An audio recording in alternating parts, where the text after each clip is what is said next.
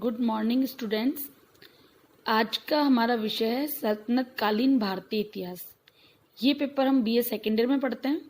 BA second year का ये first paper है और आज का हमारा टॉपिक है रजिया सुल्तान। हम पहले देख चुके हैं कि कुतुबुद्दीन ऐबक ने जिस दिल्ली सल्तनत की स्थापना की, उसके बाद इल्तुतमिश शासक बना और उसके बाद जो महत्वपूर्ण शासिका हुई वो है रजिया सुल्तान। इनका कार्यकाल था 1236 से 1240 ईस्वी। ठीक है, इसमें पहले बात करते हैं इसकी भूमिका, मतलब हमें इसका इंट्रो कैसे देंगे अपन। तो हम सबसे जो महत्वपूर्ण जो बात करते हैं वो है कि ये भारत में प्रथम मुस्लिम महिला शासिका थी।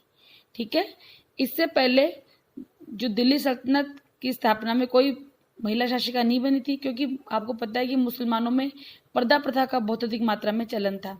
लेकिन ये प्रथम महिला थी। क्या नाम था इसका? रजिया सुल्तान, जो शासक के रूप में इस गद्दी पर बैठी। ठीक है, उन्होंने तमाम बेड़ियों, जो समाज की बेड़ियां थी, उसको तोड़ा और उन प्रथाओं को त्याग करके वो एक कार्य सुल्तान करता है उसी भांति उसने कार्य किया। जब हम इसकी भूमिका लिखते हैं तो देखते हैं कि इसके प्रथम जब शासिका बनी तो उसके काल में अमीरों ने उसका बहुत अधिक विद्रोह किया या विरोध किया, क्योंकि आपको पता है कि जब इल्तुतमिश की डेथ हुई थी तो उन्होंने अपना उत्तराधिकारी किसको चुना था? रजिया सुल्तान को चुना था। लेकिन जो अमीर वर्ग के लोग थे वो नहीं चाहते थे कि एक मुस्लिम जो महिला है वो शासक बने। ठीक है, कुछ अमीर चाहते थे कि उनका एक ऐसा शासक बिठाया जाए जो कठपुतली शासक हो, उनका कहना माने। लेकिन जो रजिया सुल्तान थी वो बिल्कुल बुद्धिमती स्त्री थी, वो नहीं चाहती थी किसी के हाथ की कठपुतली बनना, इसलिए उन अमीरों ने उसका विद्रोह किया। और एक जो महत्वपूर्ण घटना उसके शुरुआती जो काल में होती है वो है नवीन नियुक्तियां। उसने जो पुराने जो पदों पर नियुक्त व्यक्ति थे उनको हटाया और उसकी जगह अपने हिसाब से या अपनी बुद्धिमत्ता से व्यक्तियों को नियुक्त किया। तो हम बात करते हैं पहले कि उसने उसके काल में जो उसके जो अमीरों के जो विद्रोह हुए उसकी हम सबसे पहले बात करेंगे। तो देखते हैं कि इस समय कोई जो अमीर वर्ग के लोग थे, जो अमीर थे, जो उच्च पदों पर आसीन थे, उनको अमीर कहा जाता था। वो व्यक्ति क्या चाहते थे? वो अपने उन उच्च पदों पर अपना अधिकार चाहते थे।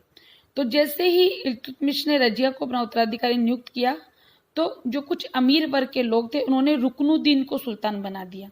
ठीक है, जब रुकनुद्दीन भोग विलास में डूब गया और उसकी जो माँ थी वो शाह तुर्कान थी, उसने जनता पर अत्याचार करने क्या कर दिए? शुरू कर दिए।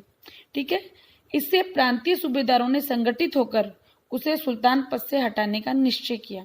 ठीक है, और जो प्रांतीय सूबेदार थे वो अपनी सेना की लेकर कहाँ की तरफ आ गए? दिल्ली की तरफ आ गए।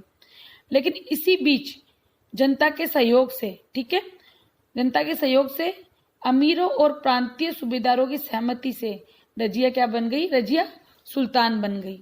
ठीक है, ये बात जो विरोधी अमीर थे उनको बिल्कुल पसंद नहीं आई, क्योंकि इस प्रकार एक मुस्लिम महिला का शासक बना और वो भी उन अमीरों की सहमति के बिना, तो उन्होंने बड़ा नागवार गुजरा और उन्होंने दिल्ली की तरफ क्या कर दिया? कूच कर दिया। लेकिन जो वो वजीर था वो निजामुल जुनैदी, उसने भी जो रजिया के विरुद्ध जो विद्रोही नेता थे उनका साथ दिया। ये रजिया के लिए बड़ी महत्वपूर्ण घटना थी या बहुत महत्वपूर्ण कठिनाई थी।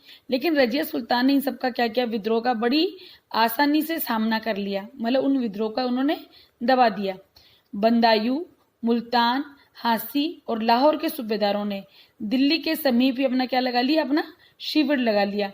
परंतु रजिया ने बड़ी चतुराई से काम किया, बड़ी कूटनीति से काम किया।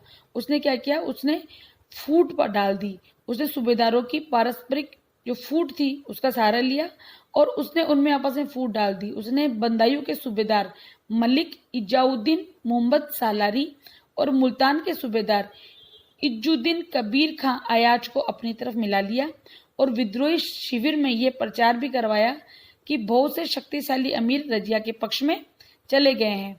परिणाम स्वरूप बहुत से विद्रोही सैनिक शिविर से क्या लगे? भाग गए। इस समय रजिया ने क्या किया? विद्रोहियों पर आक्रमण कर दिया और जो भागते हुए सैनिक थे उनका पीछा करते हुए उनको क्या किया? मौत के घाट उतार दिया गया। इस समय जो हांसी का सूबेदार था उसका नाम क्या था?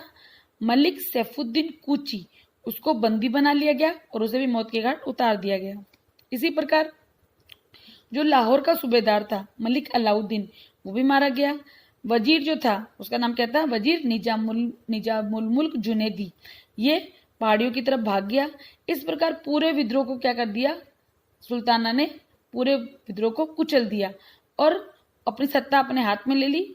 इससे क्या हुआ, इससे लोगों में ये साहस गया कि जो महिला शासिका है, जो वो रजिया सुल्तान है, वो बहुत ही कूटनीतिज्ञ भी है और सैनिक दृष्टि से भी महत्वपूर्ण शासिका है। इसलिए क्या हुआ, लोगों का उसको समर्थन मिलने लग गया। इसके बाद आपका अगला पॉइंट आता है, वो है नवीन नियुक्तियां। ठीक है, आपको पता है कि इल्तुतमिश ने तुर्कान चहलगानी का गठन किया था। इसमें सिर्फ जो तुर्क लोग थे उनका महत्वपूर्ण पदों पर स्थान दिया गया था। लेकिन ये जो अमीर थे, ये जैसे ही इल्तुतमिश की मृत्यु हुई, इन्होंने अलग अलग तरीके से क्या, गुटबंदी शुरू कर दी, विद्रोह शुरू कर दिए। तो जो रजिया सुल्तान थी, उसने जो महत्वपूर्ण पद थे उन पर महत्वपूर्ण लोगों को, जो उसके विश्वास पात्र लोग थे, उनको उसने नियुक्त करना शुरू किया।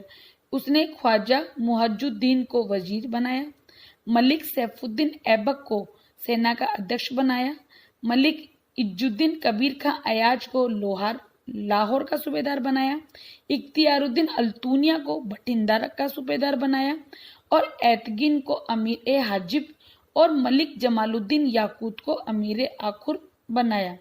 समझ में आया? इससे क्या समझ में आ रहा है कि उसने अपने विश्वास पात्र, अपने कृपा पात्र लोगों को उच्च पदों पर आसीन किया ताकि वो पूरा प्रशासन अपने हाथ से या अपनी दृष्टि से सही तरीके से चला सके। इस प्रकार उसने प्रारंभ में जो शासक पद संभाला, वो कैसे संभाला, वो उसने अमीरों के विद्रोह को दबा करके और आम जनता की, सर्वसाधारण की सहमति से, कुछ प्रांतीय सूबेदारों की सहमति से अपना हस्तगत किया। और चूंकि उसके विरोध में, जैसे मैंने आपको पहले बताया कि बंदायूं, मुल्तान, हांसी, लाहौर आदि के सूबेदार उसके विरोधी थे, उन सभी विरोधियों को उसने क्या किया, उसने परास्त किया। कूटनीति के द्वारा और सैनिक बल के द्वारा उसने उन सबको, कुछ को हरा दिया, कुछ को भगा दिया और कुछ को मौत के घाट उतार दिया। हम आगे की बात करते हैं कि रजिया के समय की प्रमुख घटनाएं कौन कौन सी हुई, या रजिया के शासनकाल में उसने क्या क्या कार्य किया, या उसने किन किन समस्याओं का सामना किया। तो पहले आती है करमत तथा मुजाहिदों का दमन। ठीक है, ये जो करमत और जो मुजाहिद थे, ये एक अलग संप्रदाय था। ठीक है, ये कहाँ रहते थे, ये गुजरात, सिंध, दिल्ली के पड़ोस और गंगा यमुना के दोआब में ये लोग रहते थे। ठीक है, इन लोगों के जो नेता थे, जो धर्मगुरु थे, उन्होंने कहा कि दिल्ली के सिंहासन को हमें इस्लाम से, जो कट्टरपंथी इस्लाम के, उनसे क्या करना है, उनसे उसको हटाना है या छीनना है।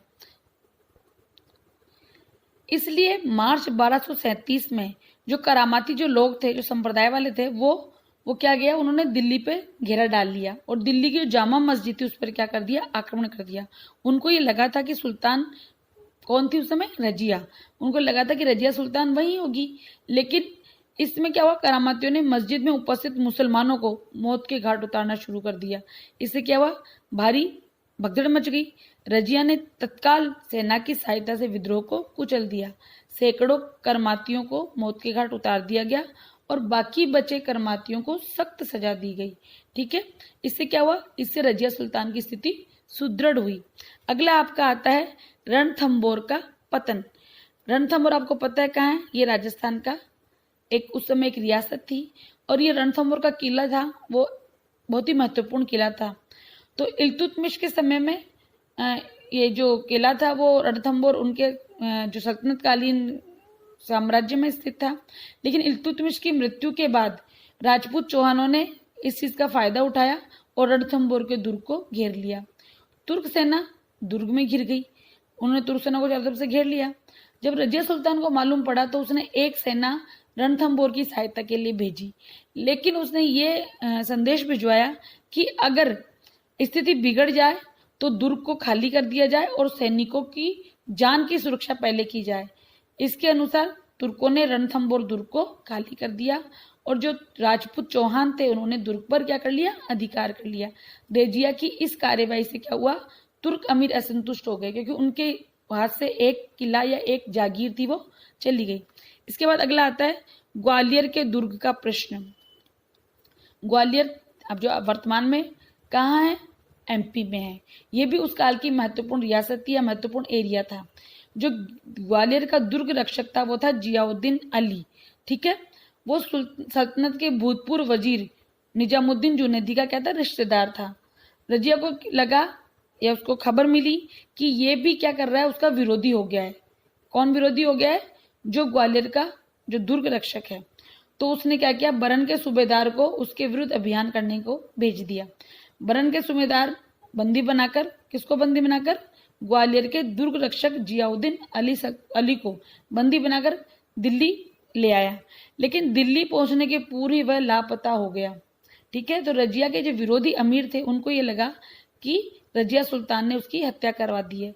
इससे उनमें भय बैठ गया। उनको ये लगा कि रजिया सुल्तान अपने जो विरोधी जो लोग हैं या विरोधी जो अमीर है उनको क्या कर रही है, उनका सफाया करना चाहती है, वो उनको मारना चाहती है। तो वो क्या किया, उसके धीरे धीरे वो भयभीत हो गए और उसके विरुद्ध हो गए। इसी प्रकार जो नरवर का शासक था यजपाल, उसने भी इसी समय ग्वालियर पर आक्रमण कर दिया और दुर्ग रक्षक तुर्क सेना अधिक दिनों तक आक्रमण का सामना नहीं कर सकी।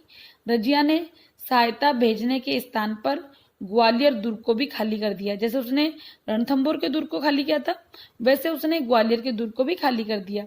इससे तुर्क अमीर और भी क्या हो गए, असंतुष्ट हो गए। उनको ये लगने लगा कि ये जो सल्तनत में जो महिला बैठी है वो इतनी योग्य नहीं है सैनिक दृष्टि से, और या वो चतुराईपूर्ण कार्य नहीं जानती है, और वो एक महिला है, इतने निर्णय नहीं ले पा रही है। तो वो अधिक क्या हो गए, असंतुष्ट हो गए। इसके बाद अगली जो प्रमुख घटना वो आती है, वो उत्तरी पश्चिमी सीमांत की समस्या। जो उत्तरी पश्चिमी सीमांत की समस्या थी, वहां मंगोल है वहां निरंतर आक्रमण कर रहे थे, ठीक है। इस पर अभी भी वहां जलालुद्दीन मंगबर्नी, आपको पता है कि इल्तुतमिश के काल में भी ये पंजाब के आसपास वाले इलाके में आया था। तो जलालुद्दीन जो मंगबर्नी था, उसका जो प्रतिनिधि था हसन करलुग, उसका अधिकार कहाँ हो गया था, उसका अधिकार उस पश्चिमी सीमांत पे था। मंगोलों के विरुद्ध उसने रजिया सुल्तान से क्या की, सहायता की अपील की, ठीक है। पर आपको पता है कि इल्तुतमिश ने भी जलालुद्दीन मंगबर्नी की मंगोलों के खिलाफ सहायता नहीं की थी। वैसी ही नीति रजिया सुल्तान ने अपनाई। उसने जो जलालुद्दीन मंगबर्नी का जो प्रतिनिधि था, उसका नाम क्या था, हसन करलुग, उसको उसने मना कर दिया और रजिया ने उसको सहायता देने से इनकार कर दिया। परंतु तुर्क अमीरों ने इसे सुल्तान की क्या माना, निर्बलता का प्रतीक माना। अगला आपका आता है रजिया के मर्दाने व्यवहार से असंतोष, ठीक है। जो रजिया सुल्तान थी वो उसने मर्दाना लिबास पहनना शुरू कर दिया। दरबार में एक सुल्तान कैसे बैठता है, किस प्रकार न्याय करता है, उसी प्रकार वो उसने भी कार्य करना शुरू किया। उसने उस पर्दा प्रथा को त्याग दिया जो महिलाएं मध्यकाल में पर्दे में रहती थी, उसने उसको त्याग दिया और उसी प्रकार शिकार करना, घुड़सवारी करना वो सब शुरू किया। इसी प्रकार मर्दाना लिबास पहनना शुरू किया। उसने सैन्य संचालन का भी सीखा था उसने। तो उसने जो सारी जो न्याय व्यवस्था के जो कार्य हैं, जो आम जनता की जो फरियादें सुनना है, वो सब दरबार लगाना उसने शुरू कर दिया। तो ये सब चीजें जो उस काल के जो लोग थे उनको बिल्कुल पसंद नहीं आई। फिर एक था अलग जो पॉइंट आता है अगला, वो है जलालुद्दीन याकूत के प्रति अनुराग। जो जमालुद्दीन जो याकूत था वो अबिसिनिया कहाँ है, अबिसिनिया अफ्रीका में एक देश है। तो अफ्रीका महाद्वीप में जो अबिसिनिया का था, वहां का ये हबशी था, हबशी, उसका नाम याकूत था। सुल्ताना जो थी, जो सुल्ताना कौन थी, रजिया सुल्तान, इसका इसके प्रति अलग से क्या था, एक अनुराग था। उसने क्या किया, उसने उसको अमीर ए आखुर पद पर नियुक्त कर दिया और उसको किसी भी समय उसके सम्मुख उपस्थित होने की विशेष सुविधा दी गई, ठीक है। और घुड़सवारी के समय भी याकूत उसके साथ रहता था, या फिर जब वो शिकार करने जाती थी तभी वो उनके साथ रहता था। इससे क्या हुआ, इससे जो बाकी के जो अमीर वर्ग के लोग थे, जो तुर्क अमीर थे, उच्च वंश के जो अमीर लोग थे, उनको ये बात बहुत खटक रही थी।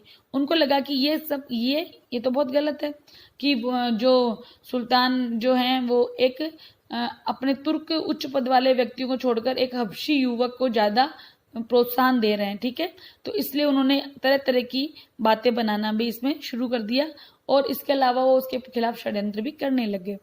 अगला जो पॉइंट आता है वो है अमीरों का विद्रोह, ये लास्ट पॉइंट है। और इसी से क्या हुआ, रजिया का पतन हो गया। अब मैंने आपको जैसे पहले के सारे पॉइंट्स बताए, तो देखा कि जो जब रजिया सुल्तान शासक बनी उसके बाद से ही एक वर्ग ऐसा था अमीरों का जो उसको शासक बनते हुए नहीं देखना चाहता था, वो नहीं चाहता था कि वो शासक बने। तो उसने धीरे धीरे उसके खिलाफ षड्यंत्र करना चालू कर रखा था।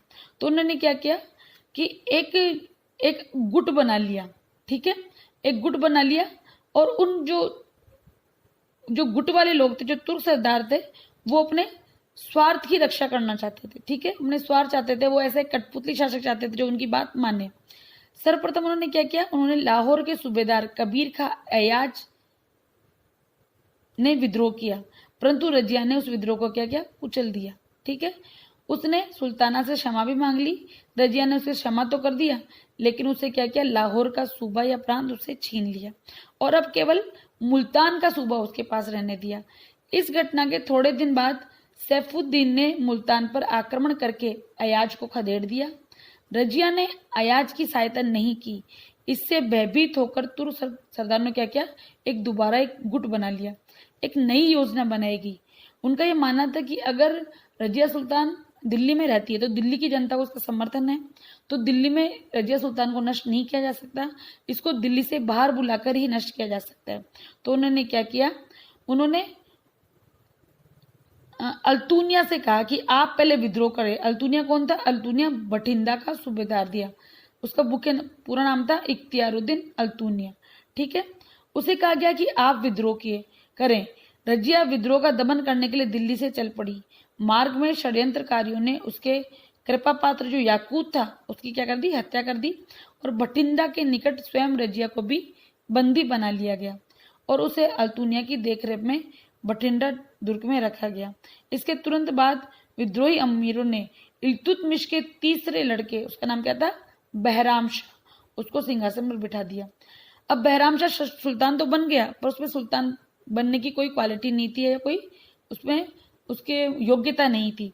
तो पूरा शासन किसके हाथ में आ गया, पूरे शासन के विद्रोह नेता एतगिन के हाथ में आ गया और उसने नाइब ए मामलिकात जैसे पद पर अपने आप को नियुक्त कर लिया, ठीक है।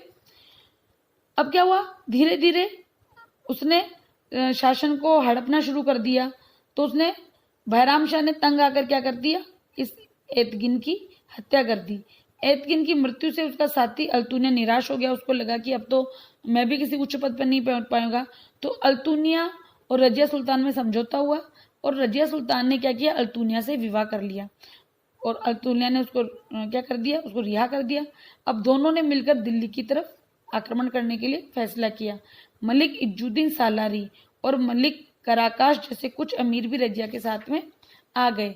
सुल्तान बहराम शाह की सेना से बढ़कर रजिया का आक्रमण किया। युद्ध में रजिया और अल्तुनिया की क्या हो गई, हार हो गई। वो दोनों वहां से भाग गए, लेकिन कैथल के निकट कुछ हिंदू लुटेरों ने क्या कर दिया, उसकी हत्या कर दी और इस प्रकार रजिया सुल्तान का क्या हो गया, अंत हो गया। समझ में आया। तो हम देखते हैं कि जो रजिया सुल्तान, चूंकि वो उस काल की, जिस काल में महिलाओं को बाहर निकलने की भी आजादी नहीं थी, उस काल में वो एक महत्वपूर्ण शासिका बनी, तो उसको बहुत अधिक मात्रा में कठिनाइयों का सामना करना पड़ा। और दूसरा ये था कि इल्तुतमिश के बाद जो अमीर वर्ग के जो लोग थे वो बहुत अधिक क्या हो गए थे, वो बहुत अधिक बलवान हो गए थे या बहुत अधिक उनमें सामर्थ्य हो गया था और वो षड्यंत्र कर करके उस ताज की प्रतिष्ठा को बहुत अधिक हानि पहुंचा रहे थे। ओके, अगले टॉपिक में हम इसका नेक्स्ट वाला पार्ट देखेंगे।